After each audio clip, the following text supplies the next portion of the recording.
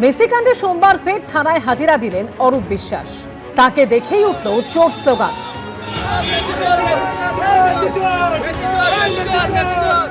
দেখানো হলো জুতোর মালা। বৃহস্পতিবার বিধাননগর দক্ষিণ থানায় 3 ঘন্টারও বেশি সময় জিজ্ঞাসাবাদ করা হয় প্রাক্তন ক্রীড়ামন্ত্রী অরূপ বিশ্বাসকে। সোমবার ফের তাকে তলব করা হয়। এই দিনেও প্রায় 3 ঘন্টা জিজ্ঞাসাবাদ করা হয় অরূপ বিশ্বাসকে। ভিতরে যখন জিজ্ঞাসাবাদ চলছে, থানার বাইরে জড়ো হন বিক্ষোভকারীরা। অরূপ বিশ্বাসের জন্য তৈরি করা হয় জুতোর মালা। বিধাননগর দক্ষিণ থানার বাইরে অরূপ বিশ্বাসের অপেক্ষায় বেশ কয়েকজন মানুষ তারা জুতোর মালা তৈরি করছেন। এইভাবেই পরপর জুতো বেঁধে মালা তৈরি করা হচ্ছে। ও মেসিকে চুরি করেছিল, লোকে তো পয়সা চুরি করে, টাকা চুরি করে, ও দুর্নীতিও করেছে আর মেসিকে চুরি করেছিল, আর বেতালের মতো মেসির ঘাড়ে উঠে পড়েছিল। আমরা টিকিট কেটে খেলা দেখতে পারিনি, মালা দিয়ে ওকে সংবর্ধনা দেবো আজকে। থানা থেকে বেরোতেই অরূপ বিশ্বাসকে লক্ষ্য করে ওঠে চোর স্লোগান। আমি সম্পূর্ণ সহযোগিতা করেছি, যেটা এটা বিচারাধীন এই বিষয়ে আমি একটা মন্তব্য করব না। যেহেতু এটা বিচারাধীন সাবজুডিস, সেই কারণে আমার কিছু বলাটা আমার আইনজীবী বলেছে কিছু না বলতে। গত বৃহস্পতিবার আলিপুর আদালতে তুমুল বিক্ষোভের মুখে পড়েন প্রাক্তন ক্রীড়ামন্ত্রী অরূপ বিশ্বাস। ভেঙে ফেলা হয় আইনজীবীর চেম্বারের জানলার কাঁচ। মেসি কাণ্ডে এর আগে বারবার তলব করা হলেও পুলিশের কাছে হাজিরা দেননি তৃণমূল নেতা। উল্টে কলকাতা হাইকোর্টে রক্ষা কবচ চেয়ে আবেদন করেন তিনি। এরপরই আদালত নির্দেশ দেয়, মেসি কাণ্ডে পুলিশের নির্ধারিত দিনেই হাজিরা দিতেই হবে অরূপ বিশ্বাসকে। তবে গ্রেফতারের মতো কড়া পদক্ষেপ করতে পারবে না পুলিশ। অরূপ বিশ্বাসের রক্ষা কবচের নির্দেশকে চ্যালেঞ্জ করে ইতিমধ্যে কলকাতা হাইকোর্টে ডিভিশন বেঞ্চের দ্বারস্থ হয়েছেন মেসির অনুষ্ঠানের উদ্যোক্তা শতদ্রু দত্ত। মঙ্গলবার সেই মামলার শুনানি হতে পারে। সন্দীপ সরকার ও শৌভিক মজুমদারের রিপোর্ট, এবিপি আনন্দ, কলকাতা। ডিএ বাড়ানোর ঘোষণা থেকে আশা করবে সিভিক ভলান্টিয়ারদের ভাতা বৃদ্ধি। বাজেটে একের পর এক গুরুত্বপূর্ণ ঘোষণা করলেন অর্থমন্ত্রী।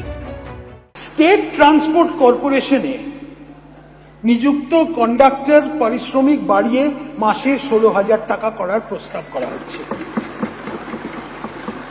সিভিক ভলান্টিয়ার, ভিলেজ পুলিশ ও গ্রিন পুলিশ কর্মীদের অগস্ট 2026 থেকে তাদের মাসিক পারিশ্রমিক 2,000 টাকা বাড়িয়ে দেওয়ার প্রস্তাব করা হচ্ছে। এছাড়া হোমগার্ড ও এনভিএফ কর্মীদের মাসিক পারিশ্রমিক 2,000 টাকা বৃদ্ধি করা হচ্ছে। অবসরপ্রাপ্ত সাংবাদিকের পেনশন মাসে 5,000 টাকা দেওয়া হবে। আমরা খুবই খুশি আছি, দাদা অনেক কিছু করেছেন, আস্তে আস্তে হবে, আমরা আশা করছি এই নতুন গভর্নমেন্ট থেকে। আগে থেকে তো একটু ভালো চলবে, সরকার যেটা ভেবেচিন্তা করেছে সেই ভালোই করেছে। আশা করি ভবিষ্যতে আরো একটু বাড়ানোর চেষ্টা করলে খুব ভালো হয়। তো রাজ্য বাইরে যেটা হয়েছে সেটা ভালোই হয়েছে। বাজেটও আমি দেখেছি সারাদিন ধরে, তারপরে ডিউটি এসেছি, বাজেটে অনেক কিছু জিনিসই ভালো কিছু হয়েছে। আমাদের 2,000 টাকা যে বেড়েছে তাতে আমরা খুশি। রাজ্য বাজেটে আশাকর্মীদের অনেক দিনের আশাও পূরণ করলেন অর্থমন্ত্রী। অঙ্গনওয়াড়ি কর্মীদের এবং অঙ্গনওয়াড়ি সহায়িকাদের 6 বছরের নিচে শিশু, গর্ভবতী ও স্তন্যদায়ী মাদের পুষ্টির মাত্রা বাড়াতে প্রচুর অবদান রেখেছেন। আশা কর্মীরা প্রাথমিক স্তরে স্বাস্থ্য পরিষেবাকে মানুষের দরজায় পৌঁছে দিতে সাহায্য করেছেন। এই সকল কর্মচারীদের গুরুত্বপূর্ণ পরিষেবাকে স্বীকৃতি দিতে আমি তাদের মাসিক সম্মানিক 5,000 টাকা দেব। 5,000 টাকা বাড়িয়েছে, আমি খুব খুশি। আর কারণ এতদিন ধরে আমরা যেভাবে নির্যাতিত হচ্ছিলাম, যেভাবে আমাদের ওপর কাজ চাপিয়ে দেওয়া হচ্ছিল, আমরা ঠিকঠাক তার পারিশ্রমিক পাচ্ছিলাম না। সেই জন্য আমরা খুব ক্ষুব্ধ ছিলাম।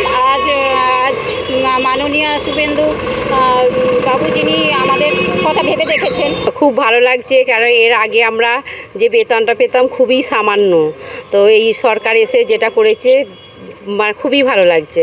আগে আমরা পেতাম 6,250। সেক্ষেত্রে এই যে এককালীন 5,000 টাকা বাড়ানো হয়েছে, এটা কি আপনারা আশা করেছিলেন? এটা হ্যাঁ, আমাদের তো ওরকমই দাবি ছিল যে সম কাজে সম বেতন।